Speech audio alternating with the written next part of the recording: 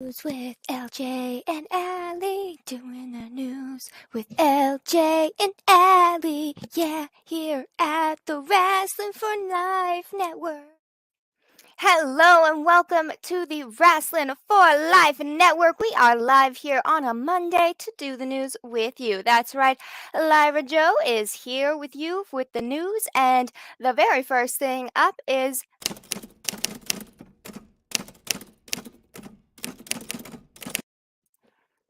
I did not realize I did the entire intro with my thing muted, so hi, I'm Lyra Joe, and welcome to the Wrassling for Life Network. Look at that, starting with a botch, but that's okay. We're live like it matters. It's Monday, it'll be fine. But yes, today in wrestling history, there was 18 years ago today, WCW presented Slamboree from St. Louis, Missouri, where I'm pretty sure CJ said he was from yesterday on the stream. And on this show, there was quite a few little famous moments that I found. Raven and Saturn defeated Rey Mysterio Jr. and Billy Kidman and Dean Malenko and Chris Benoit in a triangle match to win the WCW World Tag Team Champions. That's very cool. There's a lot of names. I'm sorry. The commas were weirdly placed. I know I was just sound like I was naming riddling things off there. Or rattling things off there. Rick Steiner defeated Booker T to win the WCW World Television Championship. Roddy Piper defeated Ric Flair by disqualification. Sting fought Goldberg to a no contest. And Kevin Nash defeated Diamond Dallas Page to win the WCW World Heavyweight Championship. So I thought that was a very cool part of history. And, let me know down below if you remember this or you remember seeing it, or was there a match on it that you personally loved? You guys tell me about it. Leave it down in the comments. Yes, community, let's go. But yes, we got some news. We got some news. Don't you worry about that. We got news. And it starts with some Roman Reigns. Listen carefully. Listen carefully. Mm-hmm.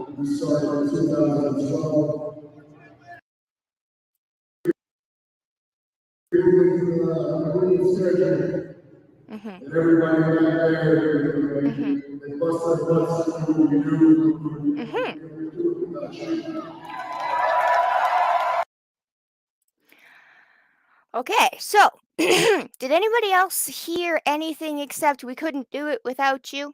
And I don't mean just because I skipped. Okay, there are just like the title of the video that I'm showing you, because unfortunately, that's where I got the clip. That's the best quality of the clip that I could find. There's this story being spun similar to the one that I told you yesterday, that I told you yesterday during the watch party. You got to make sure you watch that, because we were doing WrestleMania's Backlash, and I was talking about how there's people are trying to spin this story like Roman Reigns is leaving the WWE, and they're using that clip. Okay, first of all, let's put aside that he sounds like he's talking into a tuba, and the fact that there's so much reverb in the stadium and from the microphone and from the camera quality and from everything, because when you try to film at a concert, you sometimes sounds not the best. Just because it's the environment, it's not meant for that. It's meant for live sound. So I just wanted to clear up that rumor, because I have the official story here saying that he has signed a new deal with WWE. He's not quitting. He's just asking to work fewer dates. That's it. He was gratitude to the fans on a part of the show that was off camera, and people took it as he was leaving. Like, he's not Cody. Jeez. He likes WWE. He's not leaving. I mean, I'm sure one day he'll lose, and not lose, but like leave the WWE and drop the title and pass on the torch to go and follow his cousin into Hollywood or whatever he chooses to do. But right now, he's pretty good. Yeah, he's not Cody. What do you think that is? What do you think is going on here? But yes, that's Mr. Roman Reigns. And next up, just gotta make sure I got the right video popping up for everybody because I want to make sure we got all of the news for you. Because next up is Miss Charlotte Flair, and no, she does not come with a video, so that's great. I have so many videos for you guys today, so that's why I thought I'd just do it live because why not? You guys like it. Um, but we are here to update you on Miss Charlotte Flair, Queen, after WrestleMania Backlash because she was reportedly injured because WWE announced it. They went on Twitter and announced it, and they spun it as Ronda Rousey, since Ronda Rousey forced her to scream "I quit" following an armbar and assist with a chair. Caleb Braxton appeared and said that Ric Flair had a fraction. Well, not Ric Flair. Miss Charlotte Flair. Sorry. I'm reading too fast. Flair had suffered a fracture to her radius. I think that is part of your shoulder.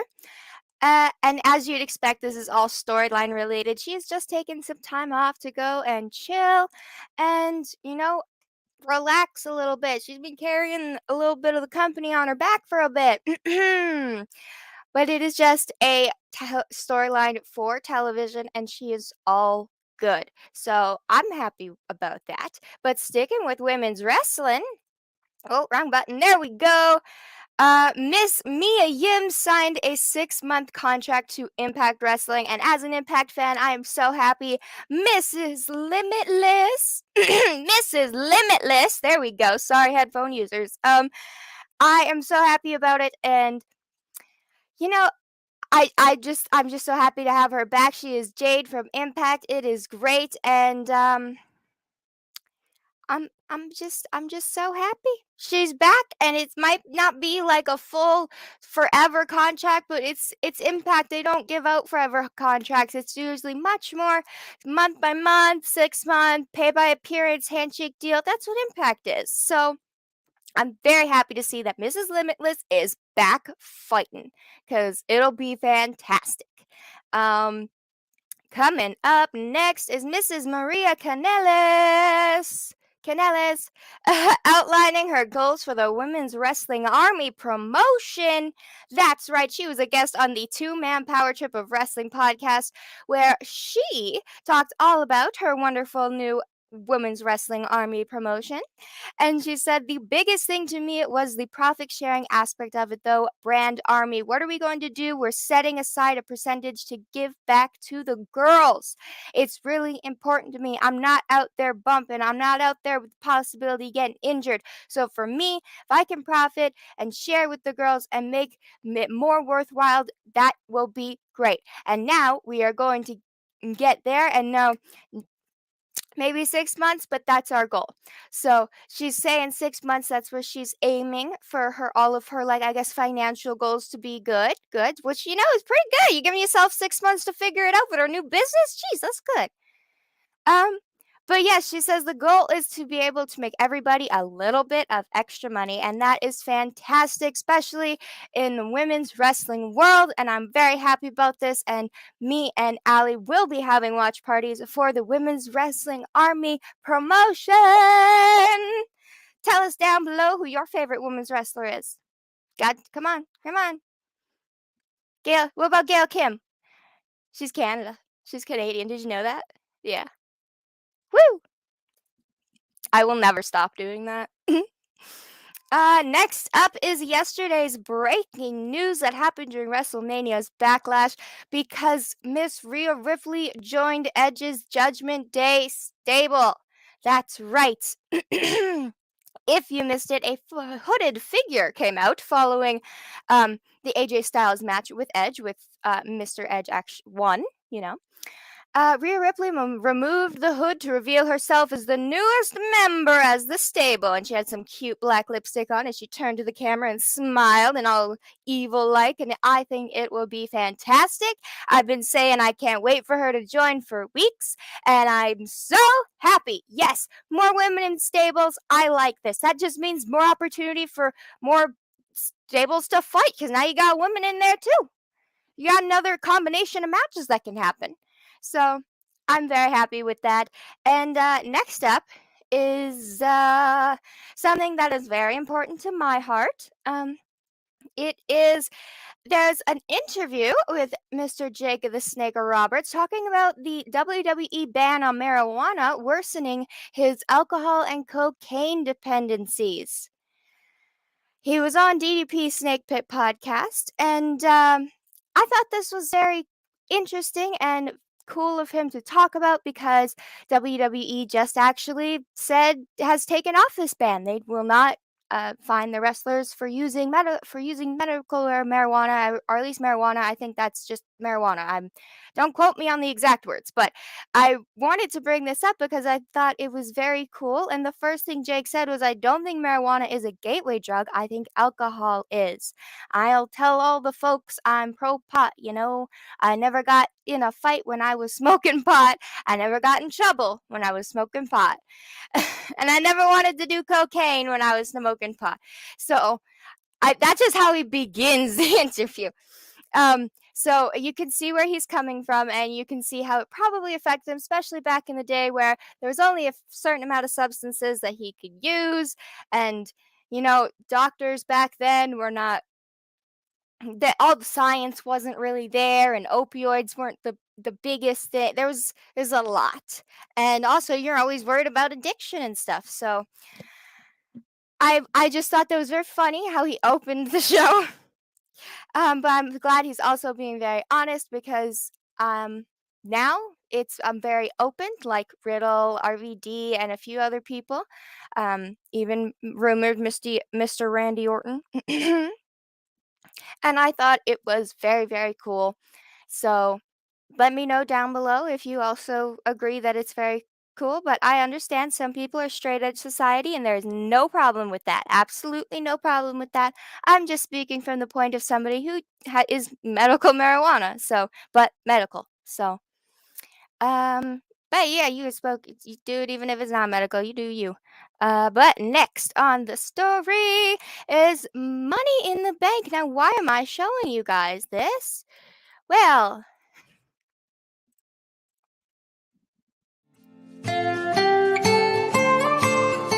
Shut up!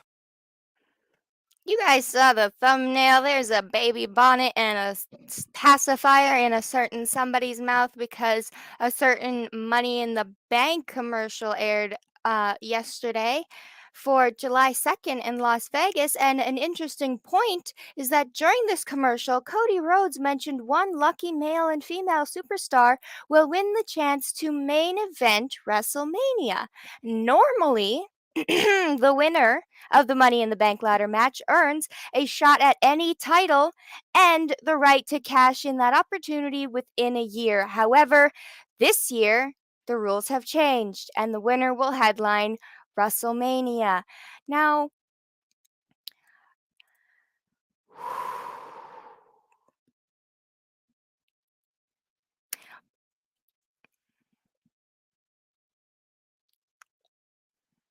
I'm just, LJ is, why are you babying and changing the rules? And it all happened when a certain somebody appeared there and probably doesn't have time to go through the entire roster of people to get the title shot. Who could that be? I have no idea. I have absolutely no idea.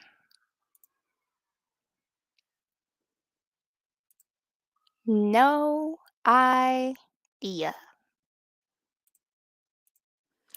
Yeah, let me know down below if you have an idea, because next up is I'm talking about Samoa Joe and him telling a very funny story about how he almost missed the Super Card of Honor because of some very interesting weather things. And he said there was weather permitting jets, but not to full people, planes and such, to get to Tampa on time, and a lot of mechanical issues on flights that went out. So I had end up driving cross country to Florida, a small rural town in the middle, to get on the private jet to go to the show. And the best part was, as I arrived to the airport, I walked into this little office. This little man sitting behind the counter looked at me and said, "Hey, I'm here. I've got a jet coming to pick me up." And he said, "What time?"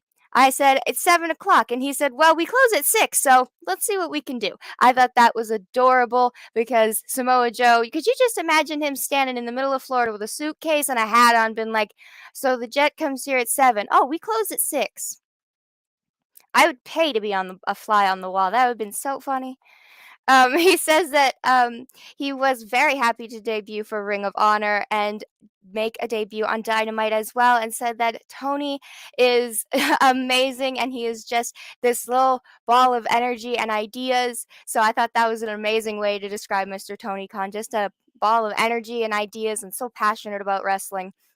And it looks like Samoa Joe agrees. That's exactly. He said he offered me the opportunity, hey, I have this idea. Suzuki will be around. I just think it's a natural that these two forces should collide. And Samoa Joe was 100% agreed, and that's how that match happened. So I was so happy to hear that. Look how fast and easy it is there over at Dynamite. You just walk in. Hey, do you want to fight an awesome Japanese wrestler? Yeah. Okay, cool. We booked it. I love that. That's awesome. I know, that's just great. And next up, you're asking, why am I showing you Miss Sasha Banks? Well, Mr. Ricky Stark said that if he could pick a, dream member, which I want to get to a little why I included this. He said he would pick Sasha Banks because, she knows what she wants. She knows fighting. She's got that attitude and she's a boss.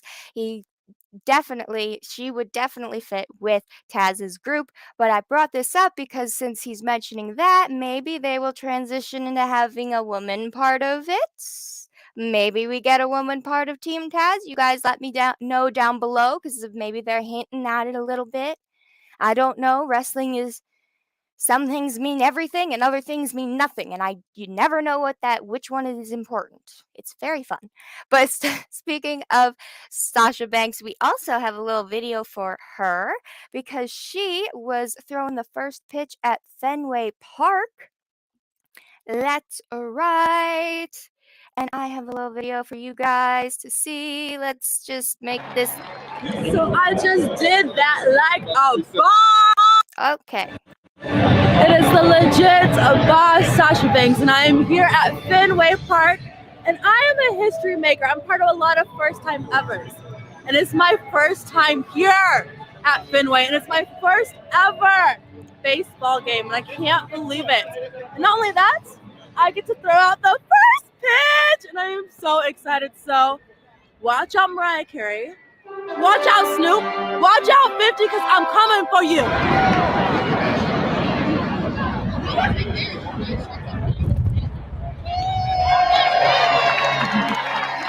So I just did that like a boss. I can't believe that just happened. And wow. This is such a dream come true. I cannot even express how amazing this was. I am so thankful. And that is the video. I thought that was so awesome. I love seeing people that I recognize get to throw that baseball. It's always so iconic, and I thought it would be a fun little thing to just throw in here. Did you get the pun? Woo! I am full of puns. Those will never stop. There is more, of course, because there's always more. That is right, Mr. Swiss Superman Cesaro or Claudio or whoever he is anymore. He tweeted this out earlier saying soon with a picture of himself that's not the right, get to the Swiss Superman, there he is, wearing a Love Coffee t-shirt. So he loves coffee, but maybe that's a little bit of a hint that maybe he's coming back to wrestling. What do you guys think? Should Cesaro show up? I think it would be great. I want him to be, like the source says, I want him to be the Joker in the Owen Hart tournament because I think that would be so cool. But I never know where he's gonna end up. He could end up anywhere. So move that over, Cesaro. And next is a little bit of funny news because Miss Britt Baker, DMD, and Mr. Adam Cole Baby are going to be featured on a show that I like to watch because it's fun. It's kind of like a Hell's Kitchen type of thing. On Bar Rescue on May 8th. I'm pretty sure that's what that says, but sometimes yeah, I'm pretty sure it says May 8th. Yeah. So yesterday. Um, and they are part of the wonderful show of Bar Rescues. Before the host actually goes in and does the Gordon Ramsay stuff of yelling and trying to make it clean, and how could you do this, and why is the soup next to the chemicals and all that. He usually sends in one person who's usually like his sister, his wife, his brother, somebody he knows into the restaurant as like a spy, and that is what their job was. So they got to go into the restaurant and spy for him and report back. So I will 100% be watching this, and I thought it was very, very cool. Just a fan of the show. As somebody who watched TNA wrestling on Spike TV, kind of Bar Rescue was on the list. So put down in the comments if you have the same experience there. Next up is Danhausen, and this is the last bit of news that I just thought, it was a little fun. So absolutely why not? Because it's a little bit of Twitter funness, and it's Monday, so we all need a little smile on our faces on a Monday.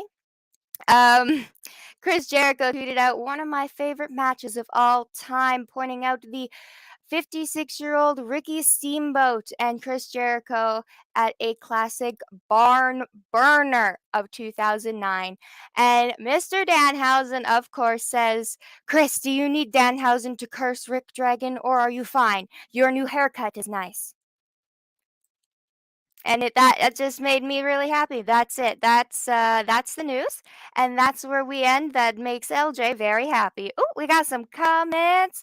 Nick, hello, Nick, and everybody watching at home. What in the world is the Rumble going to be for then? Yeah, we should. I don't know. You should really ask Vince McMahon that, because they're changing the rules for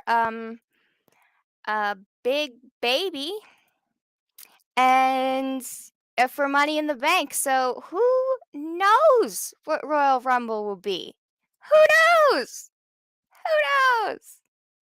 It's the Muppet Show, but it's like the evil version where it's not fun anymore and you don't get to see the backstage funness. You're just subjected to the outside front stage of weirdness, and you never know what's going on.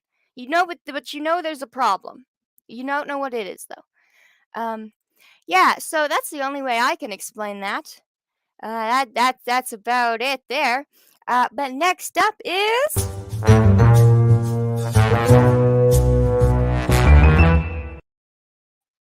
that's right, question of the day. And we are wondering here over at the Wrestling for Life Network, how big of fans of New Japan are you guys? Are you guys super fans of New Japan? Do you guys want us to cover their stuff every single time on the clock? Or are you just casual fans, just like it when they mix it up with like Impact and AEW a little bit?